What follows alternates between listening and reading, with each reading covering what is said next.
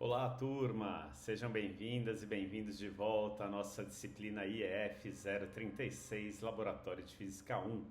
Estamos na unidade 1 e essa é a primeira aula da nossa atividade 1, Fundamentos da Metrologia. Bom, para começar, a gente precisa entender um pouquinho o que é essa tal metrologia, né? Metrologia é a ciência que estuda medidas, forma de calcular essas medidas, os fatores que interferem no processo de medição e também na obtenção dos dados a partir das medidas que a gente faz. E o objetivo de tudo isso é promover medidas mais exatas, confiáveis e comparáveis. Então esse é o objetivo da metrologia. Bom, mas o que então a metrologia mede? Tudo que a gente quiser e se a gente tiver equipamento para medir. Ela é encarregada para analisar todos os processos de medida. Então, por exemplo, alguns instrumentos de medida são mais usados no nosso dia a dia, como a régua, um relógio, um cronômetro, uma balança. São instrumentos que a gente está acostumado. Mas é claro que existem aparelhos que possuem mais precisão dessas medidas. Então, por exemplo, aqui tem um paquímetro, a gente vai falar um pouquinho dele, tem um micrômetro, aqui um multímetro para a gente poder medir, por exemplo, tensão elétrica, corrente elétrica, resistência elétrica. E tem até aquelas trenas, hoje em dia trena a laser, que oferece aí uma precisão maior das nossas medidas. Bom, mas para a gente ir a fundo no mundo da metrologia, primeiro a gente precisa alinhar o nosso linguajar.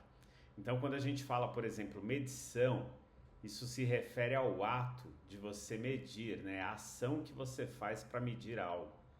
Já a medida é o valor numérico que a gente tem a partir de uma medição. E aí, geralmente, a gente usa uma unidade, por exemplo, metro, centímetro, alguma unidade conhecida, uma unidade padrão. Já os dados experimentais são todos os valores que você obtém a partir das medições que você faz direta dos objetos que você deseja tomar essas medidas.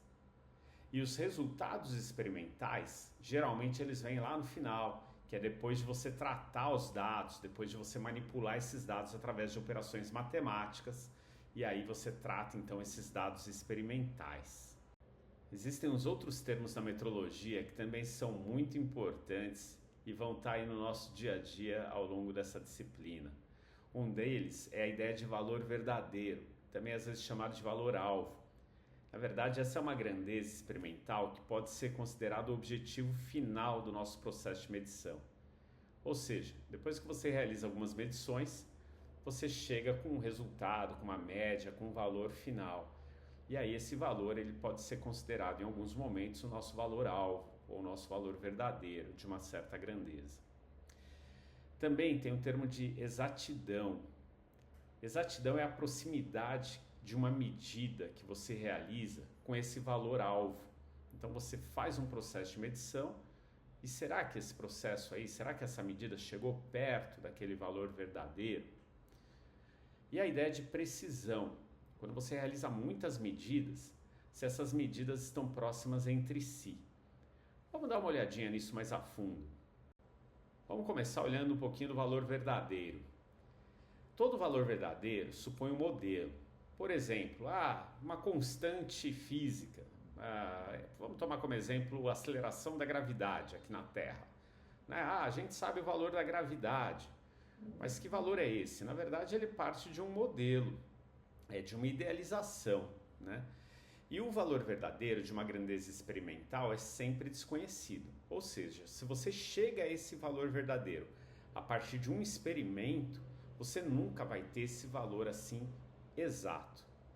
As únicas grandezas que têm os seus valores verdadeiros conhecidos de forma bem precisa, bem exata, são aquelas que não dependem dos dados experimentais para serem determinadas.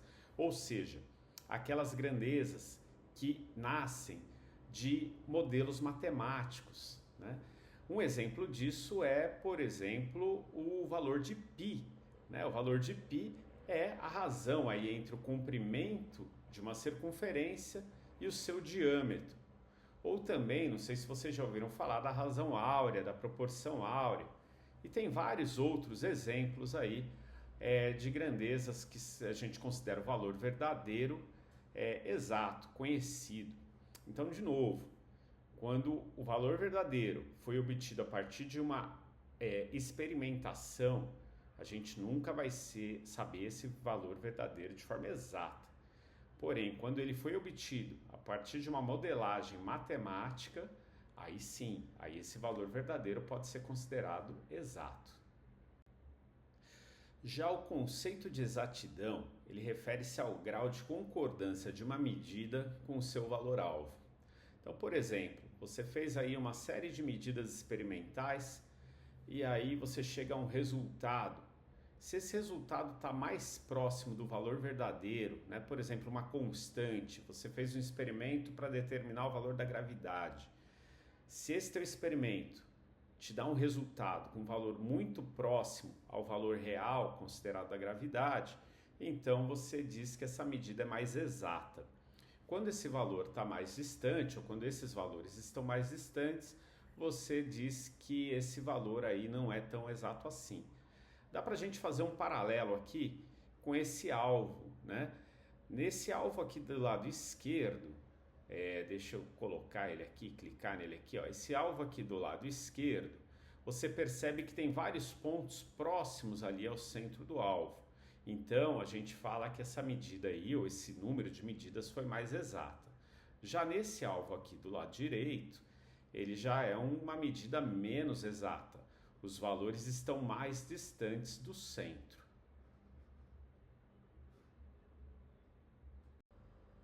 Precisão refere-se ao grau de dispersão da medida quando ela é repetida várias vezes sobre a mesma condição. Ou seja, a gente considera uma medida bem precisa quando os valores estão muito próximos uns dos outros. No caso aqui do exemplo da esquerda, a gente pode notar que os pontos aqui estão muito próximos uns dos outros. Então a gente fala que essa medida é sim precisa. Aqui do lado direito, os pontos também estão muito próximos uns dos outros. Então a gente também fala que a medida é precisa. Então veja, não estou falando de exatidão aqui, a gente está falando só de precisão. Os valores são próximos, quando a gente fez o experimento várias vezes, então esses valores aí, esses resultados são precisos. Então, para a gente poder compreender aí essa relação de exatidão e precisão, vamos olhar esse exemplo A. Nesse caso, nós temos pontos aí que estão dispersos e eles não estão aí em torno do centro do alvo, ou seja, eles não estão em torno do valor verdadeiro, né? Eles estão aqui para o lado, ó, estão aqui mais para baixo. Então, nessa situação, a gente fala que os valores aí não são nem precisos e nem exatos. Já no caso B, aqui no meio, a gente tem aí os pontos muito próximos uns dos outros. Só que aí eles estão distantes do centro do alvo. Então esses dados aí, eles são precisos, porém eles não são exatos. Já no item C, nós temos valores aqui bem próximos do centro do alvo, em torno do centro do alvo. Portanto, esses valores são considerados exatos, porém eles estão muito distantes uns dos outros, e aí a gente fala que eles não são precisos. Então, nesse caso, os dados são exatos, porém não são precisos. E para fechar essa ideia, no item D, aqui no alvo do item D, nós temos pontos próximos uns dos outros e bem próximos do alvo. Então, a gente fala que esses dados são tanto precisos como exatos. Bom, mas então aí qual o problema, né, que a gente pode ter? Por que posso ter medida mais exata, menos exata, mais precisa ou não, né? De onde vêm os erros que procedem aí, né, dessas medidas, né? Então, quais são essas fontes de erro? Existem vários motivos que podem aí ser fontes de erro de uma medida e esses cuidados que a gente vai ter que tomar no laboratório. Um deles, por exemplo, é a calibração do instrumento. Às vezes a gente tem aí uma balança que não está bem calibrada, né? Um multímetro que não está bem calibrado. Também tem a ideia de condição de uso e de armazenamento do instrumento. Você guardou uma régua, mas ela ficou ali, né, meio torta, o teu instrumento está num lugar que é muito quente ou que é muito úmido, pode aí dar interferência no seu processo de medida. Também tem uma outra fonte de erro muito importante, que é a interação instrumento-objeto, né? E também não só instrumento-objeto, como instrumento-pessoa, que é como você mede, o jeito que você vai medir o objeto e como você olha para essa medida, como que você obtém essa medida também pode causar aí fonte de erro, se não usar um instrumento de forma correta. Existem também aí fatores, por exemplo, ambientais. Às vezes um instrumento pode dar aí uma fonte de erro se ele operar numa temperatura que não é a que ele foi calibrado inicialmente, né? Então eu estou usando uma régua num ambiente de 80 graus para medir algum outro instrumento. Ela pode dilatar e aí eu não vou ter a mesma medida que eu teria a 20 graus Celsius, por exemplo. Fora isso, existem outros fatores ambientais, como você vai pesar um objeto, vai colocar esse objeto numa balança e aí bate uma corrente de vento. Então, por isso que existem algumas balanças de precisão, que elas são todas fechadinhas, né? E outras variáveis aí que não necessariamente são controladas, né? Por exemplo, esses fatores ambientais, às vezes a gente não consegue controlar algum fenômeno e aí também pode ser alguma fonte de erro. E às vezes uma medida sai com erro bem assim, absurdo, aí a gente acaba descartando aquela medida. Outros dois conceitos importantes, então, que aí derivam dessa ideia de erro, é a incerteza e o próprio erro. A incerteza é uma estimativa que quantifica a confiabilidade do resultado de uma medição. Então, o quanto que esse número está próximo aí do valor verdadeiro. E o erro é um cálculo que a gente faz que é a diferença entre o valor verdadeiro e o resultado dessa medição. As incertezas podem ser de dois tipos. São chamadas de tipo A ou tipo B. A incerteza do tipo A ela é calculada a partir de um procedimento que envolve observações repetidas, ou seja, ela é calculada a partir de métodos estatísticos. Já a incerteza do tipo B é um método que não depende da observação em si do que você está medindo, mas sim de fatores aí externos, como por exemplo, uma fonte aí de erro que vem do fabricante do teu equipamento. Então ele fala, olha, esse equipamento tem uma incerteza de tanto, ou então de uma série de análises anteriores, ou seja, não é do seu experimento em si. Nesse momento, nós vamos analisar apenas os instrumentos de medidas métricas. Vamos começar observando aí uma régua. Essa régua, ela tem uma coisa muito curiosa. Ela tem aqui a unidade de medida dela, descrita do lado esquerdo, e se vocês observarem, na parte de cima, ela está calibrada em centímetros, e na parte de baixo está calibrada em polegadas, ou inch em inglês. Bom, vamos analisar a sua calibração em centímetro. Então, a unidade de medida dessa régua é centímetro. E que unidade é essa que está em centímetro? É o zero ali, 0 centímetro, 1, 2, são os números que aparecem na escala.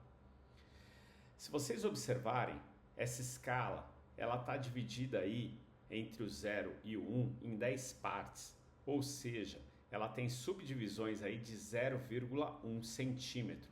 Essa é a menor divisão da escala. Então você deve se perguntar, qual é a incerteza da medida então desse instrumento? Ou seja, a gente está falando da incerteza do tipo B. Nesse caso, a incerteza do instrumento geralmente é a metade do menor valor da divisão da escala. Ou seja, se essa escala dessa régua é de 0,1 centímetro, metade de 0,1 centímetro vai ser 0,05 centímetros. Portanto, a incerteza desse instrumento é de 0,05 centímetros. Existem algumas réguas interessantes, se você quiser testar, tem uma régua online. Eu deixei aqui o link para vocês e também está na descrição aí do nosso vídeo, na nossa aula. Vocês podem usar, se vocês não tiverem aí uma régua, por exemplo, vocês podem usar uma régua online para medir aí objetos reais. Nesse site você consegue calibrar o tamanho da sua tela. Por exemplo, ele usa aqui um cartão de banco para você poder calibrar a tela, mas dá para você calibrar também colocando o tamanho em polegadas da sua tela, e aí você consegue medir qualquer objeto a partir da própria tela do seu computador. É bem interessante, visitem esse site também para ver como que funciona. Bom, então vamos falar, né, de algarismos significativos, ou seja, quando a gente quer fazer uma medição, quantos números, quantos dígitos, né, quantos algarismos nós devemos considerar. Imagine aqui, eu peguei uma régua e coloquei aqui essa broca em cima para medir o tamanho dessa broca. Vamos dar uma olhada mais de perto. Se vocês olharem, né, essa régua está graduada em centímetros, então se a gente contar aqui da régua 0, 1, 2, 3, 4, essa broca ela passa de 4 centímetros, mas não chega em 5. E aí a subdivisão dessa escala é de 0,1 centímetro. Portanto, se a gente contar aqui, vocês vão ver que está em 4,9 centímetros. Só que se você olhar mais atento, você percebe que passou um pouquinho do 4,9. Então a pergunta que fica é, tá, que número que será que eu vou colocar aqui? Vamos dar aqui uns exemplos. Vamos lá, para vocês pensarem um pouco, se vocês tivessem aí que responder, vocês colocariam o item A 4,9627 centímetros, ou vocês colocariam o item B 4,9 centímetros, o item C 4,96 ou o item D 4,90. Qual o valor que vocês colocariam? Bom, vamos lá então. O resultado mais próximo aqui, olhando, né, aproximado, a gente sabe que o 4,9 é certo, esse valor é muito correto. Agora, uma casa depois, será que tem? Será que não tem? Esse é aí o valor da indecisão. Então, por exemplo, eu arriscaria aqui 4,96 e não 4,90, porque não está bem em cima do 9, né? Então, a gente pode colocar essa casa a mais, que é a nossa casa da dúvida. Então, como que a gente pode expressar a incerteza dessa medição, né? O resultado de uma medição sempre deve ser expresso com a mesma quantidade de casas decimais que a sua incerteza. Lembra que a gente falou da incerteza dessa régua? A menor escala dessa régua é 0,1 centímetro, portanto, a incerteza é a metade desse valor, ou seja, 0,05 centímetros. Portanto, a gente tem duas casas decimais, aí, duas casas depois da vírgula, como incerteza. Então, a gente expressa esse resultado como 4,96 mais ou menos 0,05 centímetros. Lembrando que esse 96, esse 6 aqui é a nossa incerteza. Pode ser que alguns de vocês vão medir e vão falar, não, é 4,97, não, é 4,94. Esse é o valor da incerteza. Existem alguns instrumentos que são assim mais precisos que uma régua comum. Um deles é o paquímetro, é esse instrumento aqui, e aí a gente consegue medir objetos com eles de forma bem interessante. Ele tem aqui, por exemplo, esse bico, onde eu posso colocar um objeto para medir aqui o seu diâmetro. Por exemplo, aqui é o diâmetro externo. Eu também posso colocar o bico dele aqui no meio para medir aqui o aro, né? O diâmetro a espessura desse aro. Ou eu poderia querer medir aqui dentro. Aí ele tem essas coisas aqui chamadas orelhas, que a gente coloca para fazer a medida interna. O paquímetro ele tem uma precisão melhor do que a régua, e a gente vai falar um pouquinho deles agora. E o mais bacana é que tem um paquímetro que você pode usar ele de forma online. Então, para olhar um pouquinho melhor, de forma rápida aqui, vou apresentar algumas partes do paquímetro. Ele possui então aqui o bico, que eu apresentei para vocês, para a gente poder medir aí objetos por a sua borda externa. Aqui em cima existem as orelhas para a gente medir o objeto, né, para a parte interna. Aqui no final eu também posso medir profundidade dos objetos. E ele tem aqui o nônio, que é a escala para esse paquímetro, que mostra uma precisão maior. Existe um site que eu vou mostrar para vocês, que ele permite que vocês consigam aí brincar, mexer e entender como funciona um paquímetro.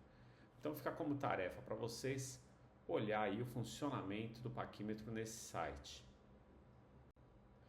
O site é do professor Stefanelli e aí ele tem aí paquímetro virtual. Eu estou deixando o link aqui para vocês, mas se você procurar também aí no seu buscador paquímetro virtual, ele vai aparecer com certeza. Vale a pena olhar, tem muitos vídeos explicativos também sobre o funcionamento de um paquímetro. Existe um outro instrumento ainda mais preciso que o paquímetro, que é o micrômetro, esse instrumento aqui. Ele serve para medir objetos com muita precisão. Então, por exemplo, eu quero medir a espessura de um fio, de um objeto que é muito pequeno. Então, a gente pode usar aqui esse micrômetro para fazer medidas com mais precisão. Ele é bem interessante também, e também existe do próprio professor Stefanelli um site virtual aí, um site onde você pode ter um micrômetro virtual. Então esse micrômetro, ele possui aí um arco e ele tem ali onde a gente faz a medida, que é dentro entre esse batente aqui, né? Aqui que a gente coloca o objeto para medir, né? E aqui onde a gente faz a leitura da escala, né, e do resultado que a gente obtém. Então, se você quer entender um pouquinho mais de micrômetro, acessa o micrômetro virtual, também estou deixando o link para vocês. Acessem esse site ou procurem aí no buscador da internet, micrômetro virtual. Também vocês vão aprender a mexer nesse instrumento de forma virtual, para quando tiverem aí uma possibilidade de interagir com o micrômetro no mundo real, vocês também saberem usar esse equipamento. Turma, finalizando por hoje, nessa aula vimos temas importantes na metrologia, exploramos conceitos como valor verdadeiro, exatidão e precisão. Comentei com vocês também sobre alguns instrumentos de medidas métricas, como réguas, paquímetros e micrômetros, e a incerteza que temos ao realizar medidas com esses equipamentos. Aproveite para ver os materiais de leitura complementar e usar os recursos virtuais que foram disponibilizados nessa aula para treinar a realização de medidas com eles. Até a próxima!